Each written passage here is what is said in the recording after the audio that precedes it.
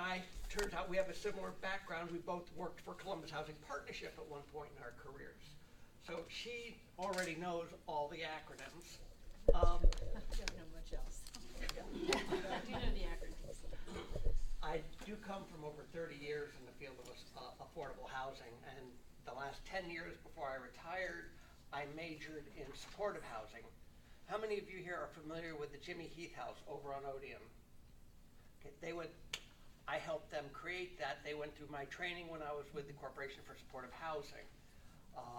And there are many similarities between what goes on over at Jimmy Heath as far as support, full-time, et cetera, that align with what IDP individuals need. I do not pretend to know your world. As Deb and Jim and Diane know yesterday, at the training that we did yesterday, I am a newbie, but I do know housing finance and the hurdles that you face in trying to do this. In trying to introduce my world to yours and your world to mine, it's going to be a long process. There's a lot of money out there. Just to indicate, in 2015, the Ohio Housing Finance Agency allocated about almost $30 million in tax credits. There are 3 in the room who are not allowed to answer the question here. Any idea how much that translates into in terms of affordable housing construction? Over $300 million, of which there'll be about over 2,600 units, of which 5% must be fully wheelchair accessible. And that's stuff that we've left on the table for a long, long time. A big hurdle there, of course, still is rent, a subsidy, because they may target the units pretty low, but it's still beyond the affordability of somebody that's only income is Social Security. And the other barrier we have to overcome, and we're all familiar with it from the recent issue with the whole transgender issue about bathrooms. There's a fear.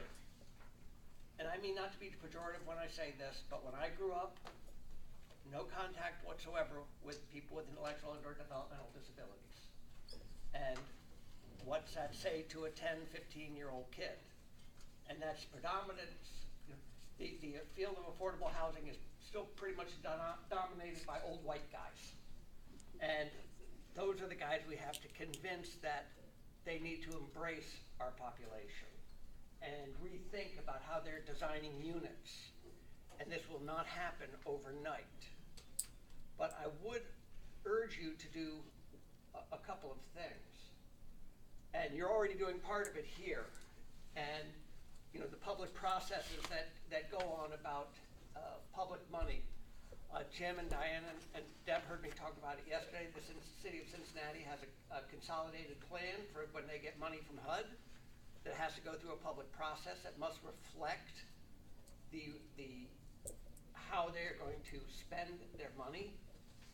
As the guy, when I was the housing commissioner for the city of Toledo, who ran those meetings, I don't recall in 4 years anybody from the DD community ever showing up at any of them. Home Think Tank offered testimony to our comp plan here. Yes, you need to, and as I said yesterday, you need to come with fact, not anecdotes.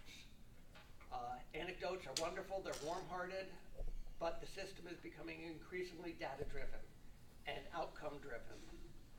So my goal is to try to leverage more money. And as part of that, with the funding that Ernie just talked about, it's pretty easy. We can do it. Compared to the affordable housing world, and Catherine, back me up on this. This is quick. I have seen affordable housing projects take anywhere from a minimum of 18 months to 10 years, with 4 layers of financing to 10 layers of financing. We don't want to be on that end. We want to be down towards the 18 to 24. So part of what you're going to want to think about with your housing and in leveraging is longer term, slightly larger, not one, if you want to talk about single family, not doing just one single family, but maybe doing half a dozen at once. Or who asked about quadplexes? offices, or maybe there's an opportunity to do a 12-unit building and just 3 or 4 of the units for our folk, and the other units could be market rate that can help supplement rents, which is perfectly eligible in the affordable housing community. So, because I'm so new, I've already spoken more than I know about. So, anything I can answer off the top of your head? Top of my head? Yes? Will you provide your contact information? Absolutely not. I don't blame you. Because then I'll get phone calls and people want me to work. I'm Joe, employed by the can you state, for provide God's his sake. contact information? I will give you my card. Thank you. You're welcome. Thank you. Actually, I have one more thing, and our contact information is on here. So, kind of, we didn't even plan this way, but it kind of works out well. So we're going to be going all over the state in the next month, talking to a lot of the local regional housing corporations, and one of the other one of the other big projects we're going to be doing is working on a project through the Corporation for Supportive Housing, CSH. They're a national entity, and they go around, and in Ohio, they've provided this training. They've provided this kind of training to the mental health system. And what it basically does is take the housing world and develop projects that at the end of this training, a team of people from a county will go and actually apply for funds through the Ohio Housing Finance Agency for real life projects to become funded.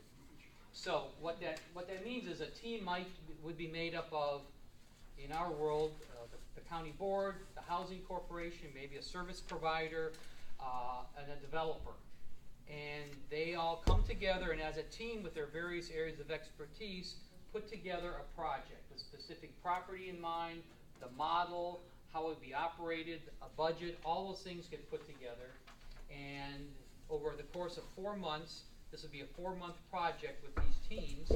They'll come to Columbus 2 days a month, starting in September, and kind of work together to come up with a working, viable project to be funded. Now, it's not a guarantee that it'll be funded. It's a competitive process, but the end of that will be you will learn how to work with funders, how to work with service providers, to develop budgets, to develop service arrangements, and so on and so forth.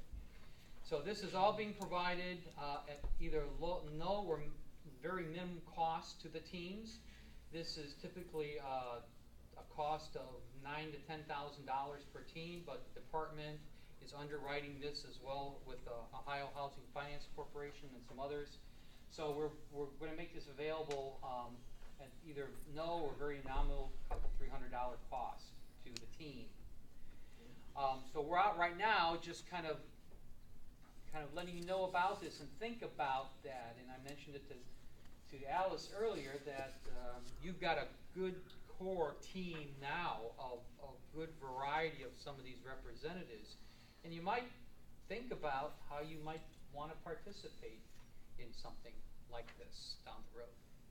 So our contact information is on here. We also will have cards if you want our cards to take back with you, and we'll hang around for the rest of this meeting and afterwards for a few minutes if you have questions that you want specifically to talk to us about. Anything else? This has been really helpful, Ernie and Ted. I think the flow here is going to work great because you've kind of provided some context about funding opportunities and a learning opportunity. And I think if we could now then hear from our 2 family groups, then you will have thoughts after you hear from them about some resources or how some of this might apply to them. It'll be great.